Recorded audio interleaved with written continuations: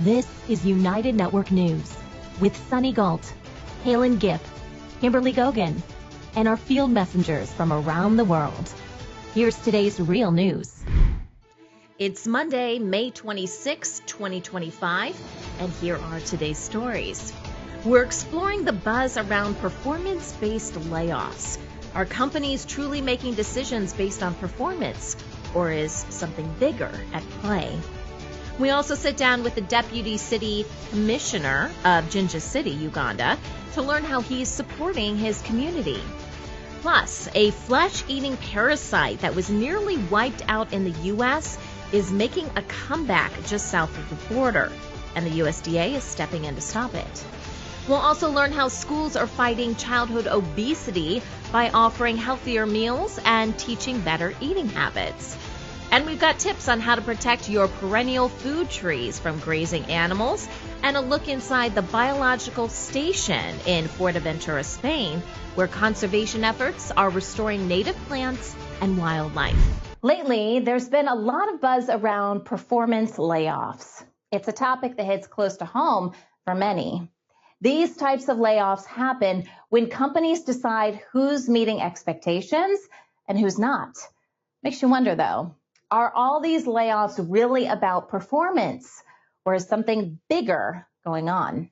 Performance-based layoffs might be more common than you think. A 2024 survey of 600 business leaders showed half said 75% of their layoffs last year weren't about cutting costs. Instead, many used layoffs to sidestep the conflict of firing low-performing employees. Experts in employment law warn this approach can create tension and confusion within companies. While it's legal to let go of underperformers, businesses need to be upfront and base their decisions on clear, fair reasons.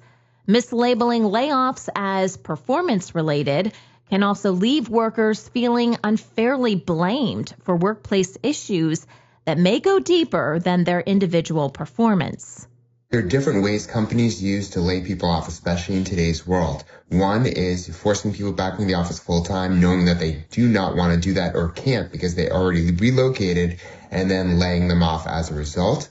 The other one is a performance improvement plan showing that an employee is just not productive enough or not delivering the results that's expected of them, and then using that score, typically 1 to 5, 1, 2, and 3, typically being the people who get, laid off, to remove them from the company. And so don't get excited about performance improvement plans, because it can really backfire and hurt your career, because it can be used against you instead of actually help you get ahead at work. Microsoft and Meta are among companies using layoffs to target underperforming workers, blurring the line between legitimate workforce reductions and traditional firings. Recent job cuts, especially in high-growth tech firms, expanded during the pandemic, and those have brought attention to this tactic. Earlier this year, Meta announced plans to cut 5% of staff, focusing on, quote, low performers, end quote, while Microsoft has made a similar move. These layoffs are often justified as a way to reduce costs and improve efficiency. But some argue they shift blame onto employees while masking poor management practices.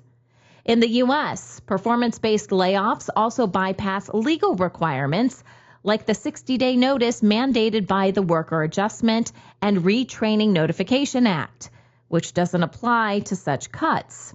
However, experts warn this approach risks including employees with legitimate claims, potentially leading to lawsuits.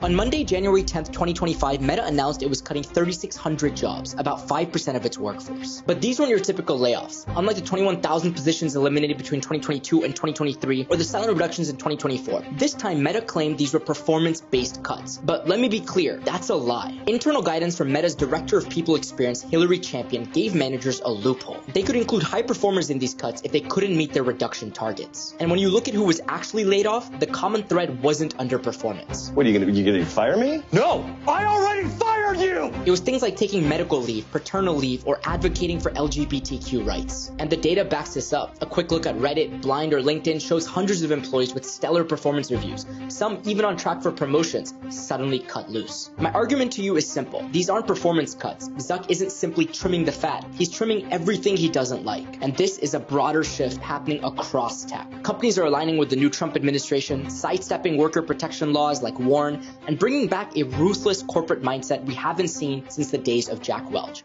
Several former Meta employees have reported being dismissed shortly after returning from medical or maternity leave, raising concerns amongst current staff.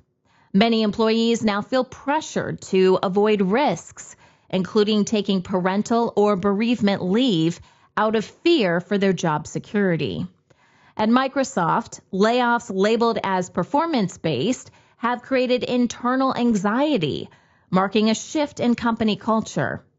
Under U.S. law, mass dismissals tied to performance do not require advance notice or severance, leaving impacted workers with fewer benefits. Some companies also restrict access to internal resources like application tools for employees let go due to performance, further disadvantaging them. On the other hand, industry insiders note layoffs rarely tarnish a worker's reputation, as hiring decisions in Silicon Valley often account for external factors like company politics. Layoffs universally have a negative impact on employee morale and trust. This leads, like it or not, to a decrease in employee engagement, motivation, job satisfaction, and most importantly, that holy grail, discretionary effort. Hard to set the world on fire while keeping your head down, avoiding eye contact. Like the whole whack-a-mole game, right? Quiet quitting sound familiar about now? It's a culture killer. So why are tech companies laying off so many workers? According to the International Magazine and the HR Digest, it seems to come down to one thing: AI. Companies like Amazon, Meta, and Microsoft are cutting jobs while heavily recruiting for machine learning and AI-focused roles. The latest layoffs in 2024 and 2025 reflect a shift in hiring strategies, less about hiring broadly, more about targeting precision talent to build the next big thing in AI. Today we meet the Deputy City Commissioner for Jinja City, Uganda. UNN Field Messenger Diane had a chance to speak with him and find out more about his role in supporting the community. This is Diane, Field Messenger for United Network News, coming to you from eastern Uganda. My walks around the city of Jinja brought me to this building, the Republic of Ugandan Office of the President. Stepping inside, I came across Konzuzi Martin, the Deputy Resident City Commissioner for Jinja City, and I got the opportunity to ask him what his role was and some of the functions that this office performs. My name is Kasons Martin Basalira. I am the Deputy Resident City Commissioner, Jinja, in charge of Jinja Southern Division. The office of the RCC is a representation of the office of the President of Uganda. The RCC/RDC is an appointment that is sanctioned by the Excellency himself, the President of the Republic of Uganda. And the main duties of the RCC/RDC is not only to represent the President in the particular area, say city for a city council, district for a district, but we play various roles as RDCs and RCCs in the various areas that we posted. Key amongst all is to ensure that there is security. We're here to, as security heads, but to maintain that security of the area. Security is not only limited to wars, to fights, to theft. Security stems way back from the living standards of the people. When the people are not able to take their children to school, it is an insecurity. When the people cannot access health facilities and health services, it is an insecurity. Security ranges from all the social aspects of people. We are the heads of security. We coordinate the police, the military, the prisons, and the private security firms. We are here to monitor fund usage in our areas to ensure that the budgets and the funds released meet the requirement of why they are sent. We go out to areas to supervise and monitor road constructions, building of schools, building of hospitals, and all the other activities. We not only monitor government projects, but we also monitor NGO activities. The RDC also plays a very major role of mediation. We are not a court, but we handle issues of people as they come. We sort out conflicts of communities, issues of land, marriage, inheritance, children, and we do this not as individuals, but in line with the different technical people that are involved. If it is a land matter, we'll involve the land officer, we'll involve the surveyor. All those people that are involved will be part of it. We'll have the city clerk to represent the technical as the head. If it's about building, we'll have the engineer on board. If it's about plans, we'll have the physical planner to support the office of the RCC to execute the mission of bringing peace and harmony in the community. As a body, we don't make judgments and rulings. We don't declare winners and losers. Why we don't do that is because we are a center of peace and harmony. We have to make sure that people go back when they are together, when people are the same, and when we say you have won, you have lost, pay this one, we don't do that. So in ours, we don't have fines. We are only here to mediate and completely mediate. And that is all. And when issues are beyond us, we forward them to court, because there are people that don't believe in mediation and they want to be winner, loser. We forward them to court. And in here, our issues don't take so long like court. Ours will take a few weeks, days, and we've resolved the matter. And then people go back and live in peace and harmony. I want to thank you. A flesh-eating parasite is making headlines again. The New World Screwworm, an insect that was wiped out of the U.S. nearly 60 years ago, is causing trouble just south of the border. And now the U.S. Department of Agriculture, or USDA, is stepping in fast to stop it from coming back. The New World Screwworm isn't your average housefly. It's larvae, also known as maggots. And they don't just feed on dead things. They burrow into living flesh, attacking livestock and sometimes people through open wounds. The infection can be devastating if not caught in time. This pest caused millions in damage to the U.S. livestock industry until it was finally wiped out in the U.S. in 1966, thanks to a clever technique where sterilized male flies were released to prevent the population from reproducing.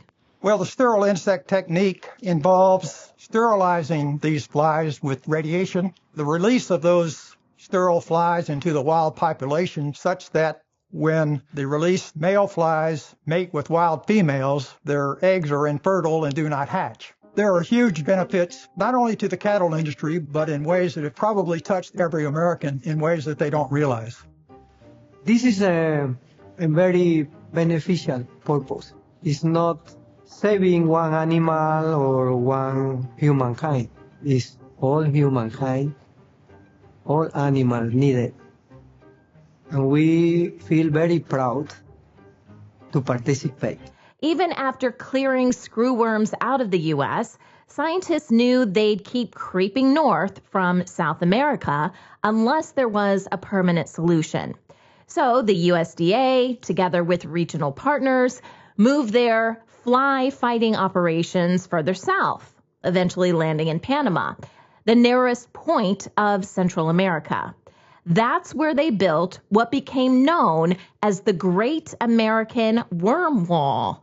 Every week, millions of sterilized screwworm flies were grown and chilled so they stay calm. They're then loaded into planes that fly precise routes over the jungles, sprinkling sterile flies across the landscape like biological confetti.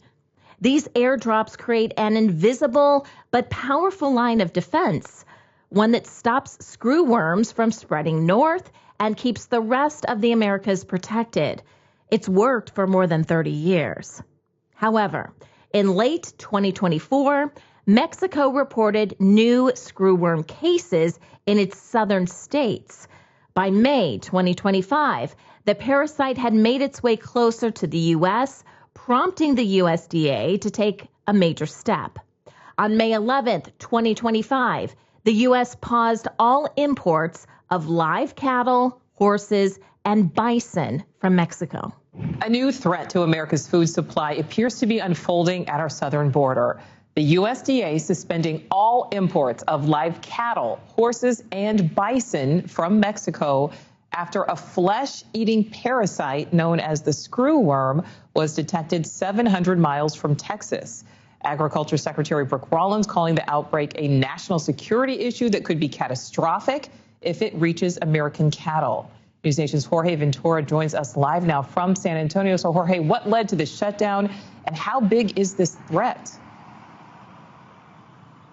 Well, Nicole, this threat is both biological and economic. And according to Rollins, she says that this deadly parasite has now reached Veracruz and Oaxaca, Mexico. So that's just 700 miles away from the United States. And these deadly flies lay eggs in open wounds. And once that larva does hatch, it attacks living flesh. It's extremely deadly for livestock, but it could also infect pets, wildlife, and in some rare cases, even humans. Now, the good news is that U.S. hasn't had a widespread outbreak in decades, but stopping it now is key for the administration. That's why, effective immediately, the USDA is suspending live cattle, horse, and bison imports through all southern ports of entry. Customs and Border Protection is working alongside USDA's Animal Health Division to enforce that freeze, which will be reviewed on a month-to-month basis. And any animals already in holding will be screened and treated before they enter the United States. But it is clear that containment does come first, even if it does disrupt trade. Screwworms are a real economic and health threat.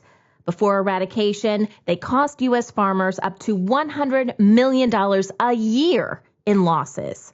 What makes screwworms so worrying is how quickly they can spread, especially in livestock. If even one infection goes unnoticed, it can lead to an outbreak that could affect entire herds and put our food supply at risk. It's pretty rare, but humans can also be infected, especially if there's an untreated wound in places where screwworms are active. Thankfully, it's treatable, but it's painful and something we definitely don't want to deal with. The screwworm is a chilling reminder of how quickly a once eradicated pest can make a comeback. With cases emerging further north, the situation is unfolding in real time, and the response will need to match the urgency. Whether the current efforts are enough to keep the parasite from crossing into the U.S. remains to be seen. But this is one bug we don't want back in anyone's backyard.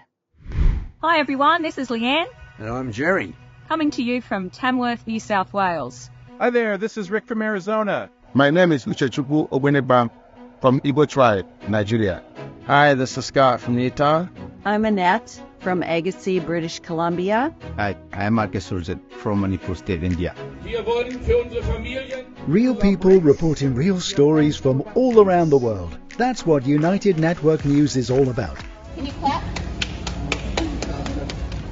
We had a huge flood, which some call the flood of the century. No fake news here.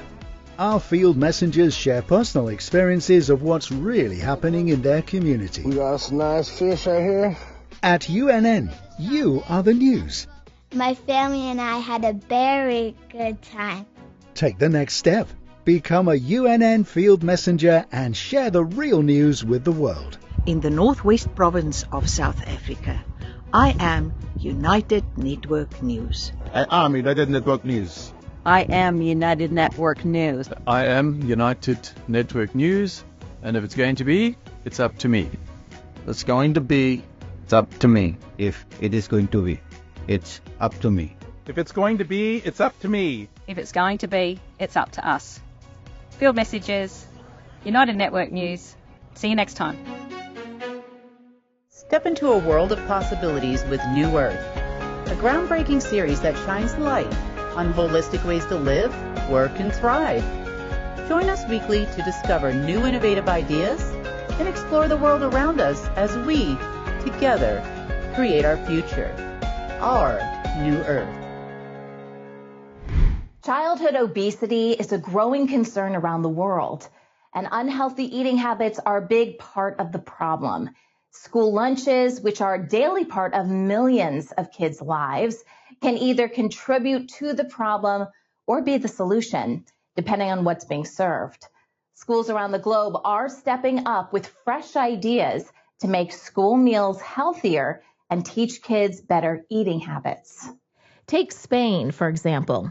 They're introducing healthier school menus to tackle childhood obesity, especially among children from low-income families.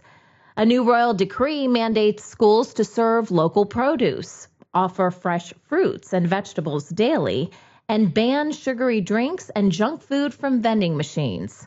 Schools must also include fish, brown rice, or pasta weekly and provide at least 2 organic meals per month. Research shows 46.7% of children from families earning less than 18,000 euros, or around $20,000 per year, are overweight, compared to 29.2% from wealthier families. The government says most school cafeterias and vending machines don't meet nutritional standards, making these changes essential. The new rules apply to all schools, aiming to ensure healthier eating habits for students across Spain. Mexico is also stepping up its game with a government-sponsored junk food ban in schools, ensuring kids have access to better alternatives. Could this school system be a model for removing all junk food? Let's talk about it.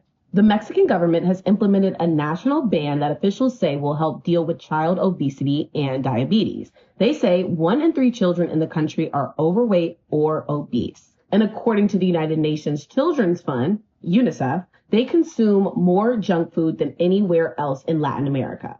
Sugary drinks, chips, pork rinds, and chili peanuts are being swapped for bean tacos and water. Food or drink labeled high in salt, sugar, calories, or fat will no longer be sold. And parents are encouraged to cook healthy lunches. Schools that don't follow these new guidelines could be fined. But enforcement is tricky because a lot of schools don't have the resources. Many don't even have drinking fountains. And there's normally street vendors outside selling these forbidden snacks.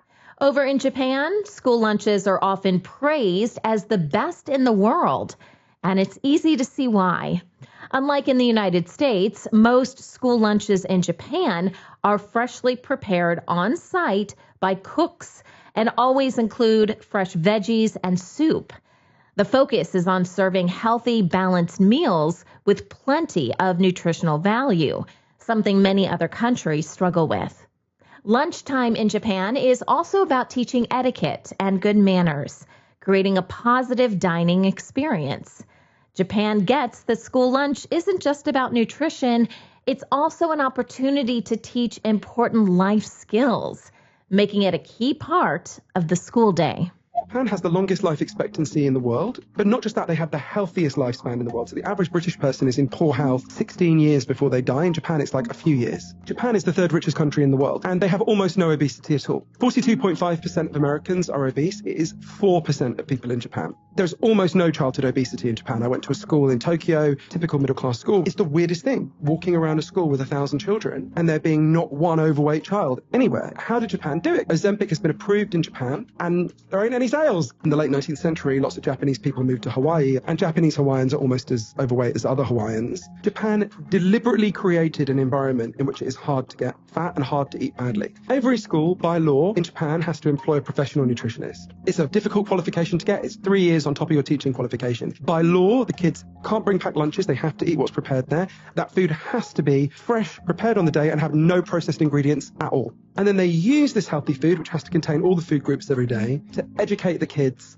about how to make their bodies healthy. Finland and South Korea also take school meals seriously. Finland offers free nutritious lunches to all students, from preschool to high school. Meals include staples like fish or meat paired with vegetables. And the government sees this as a long-term investment in kids' health and education. South Korea, on the other hand, focuses on high-quality, minimally processed meals, often featuring soup, rice, and a variety of sides. With their rigorous academic schedules, they know the value of providing filling, nourishing meals to keep students energized. And let's not forget France, where starting as early as age 3, kids enjoy a 4-course lunch that provides 40% of their daily calories.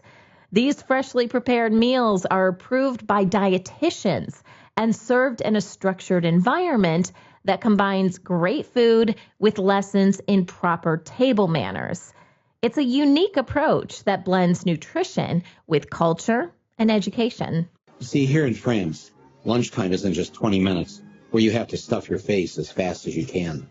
They consider lunch a class, a full hour where you learn how to eat in a civilized manner, enjoy healthy food, and serve each other. They don't stand in a long line waiting for a bunch of slop on their plastic or styrofoam tray. Wow. Excellent. Real China. The chefs bring the food to them. Scallops with a curry sauce. Curry sauce. Avec de la crème fraîche. Wow. And what, carrots? Ça, c'est la coquille de Saint-Jacques. Oh, okay. And this was just the appetizer. I couldn't find a single vending machine in the school. On this day, the children were being served lamb skewers and chicken over couscous, a 4-course meal that included a cheese course and dessert. Here's something I'd never seen before. When does a kid share his ice cream? Chef Moniak had dozens of types of cheese right here in the school refrigerator. Once a month, the school chef gets together with city and school officials and a dietitian to go over the daily menu. It was definitely the best place to eat in town. All these examples show some countries truly understand the importance of school lunches in shaping kids' health, energy, and overall well-being.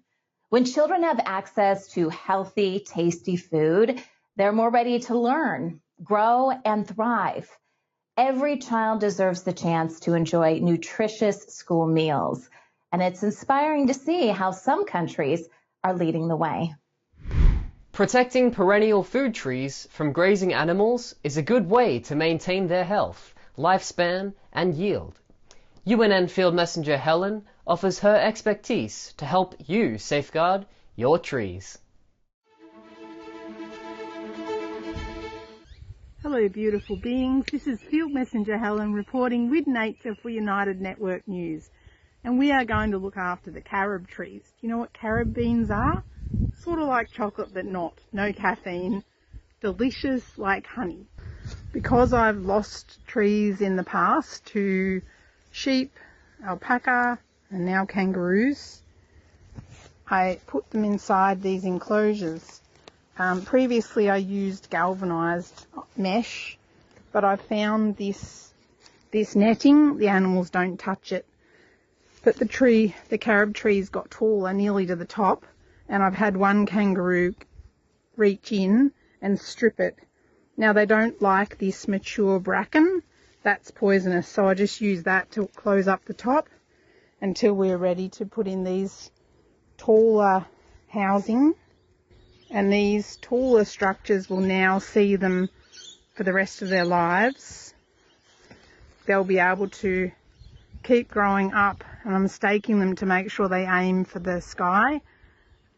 And then once they're above the structure, this is above kangaroo height. Like this structure is taller than my head.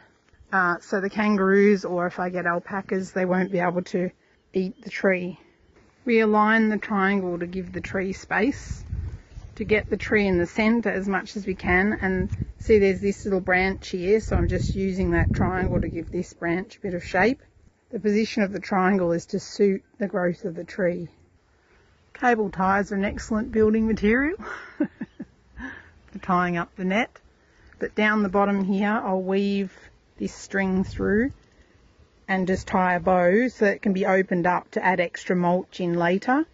to retain moisture in summer. And then we've added this stake here and just tied that on just loosely to give the trunk room to grow, but to hold the tree vertical because I need it to aim to come up out of the window at the top. Of course, Happy's involved. Hey Happy, you helping or getting in the way? So I've sewn up the side of this with strings that can be undone to add more mulch, as I said. And we put timbers along the side so to make sure rabbits don't go under the edge. It's fabulous growing perennial plants like the carob trees. I aim to source maybe 300 varieties to have here. And then there's different perennial foods all through the seasons. You don't have to replant them for every winter and summer like you do annuals. And all we do is just keep nourishing the ground, keep the trees happy, reduce the amount the animals get to them so that we get some. Yeah, may you enjoy your planting where you are in the world. Bye. The Biological Station in Fuerteventura, Spain focuses on restoring native plants and wildlife through research, conservation and education. UNN Field Messenger Emma shows us around the station. Hi, this is Emma, Field Messenger for UNN, reporting from Fuerteventura, Spain in Europe. This report is about restoration of nature and the Biological Station on Fuerteventura.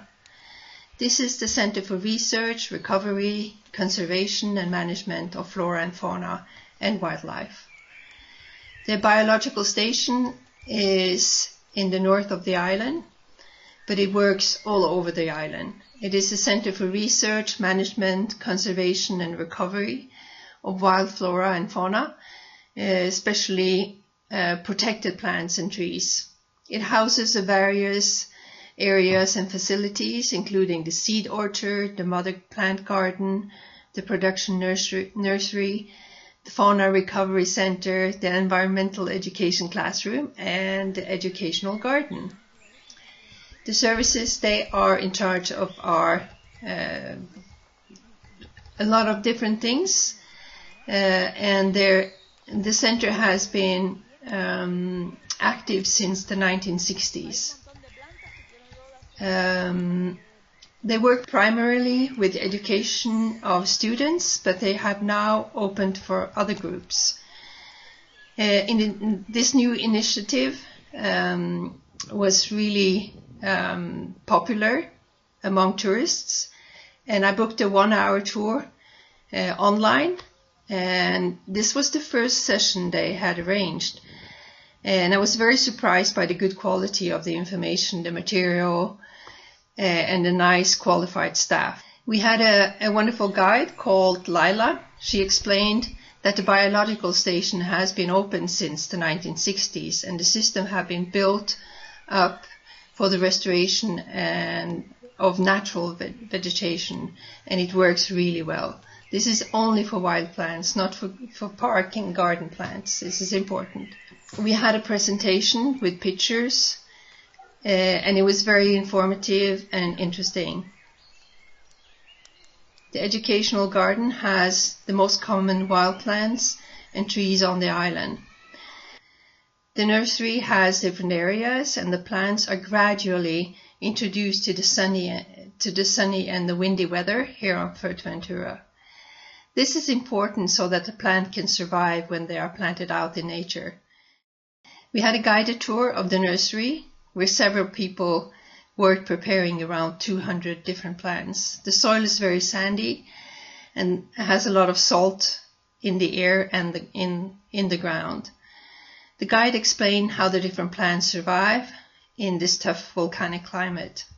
I was really impressed by the work that the Biological Station does, and I can confirm that they do true restoration of planet Earth. I hope this can be an inspiration for more people and groups around the world. Planet Earth needs a lot of restoration. Thank you for watching, and see you next time. Now it's your turn. Join our weekly meetings and become a field messenger. More information is available at our website, unitednetwork.earth. We're UNN, and we're taking back the news.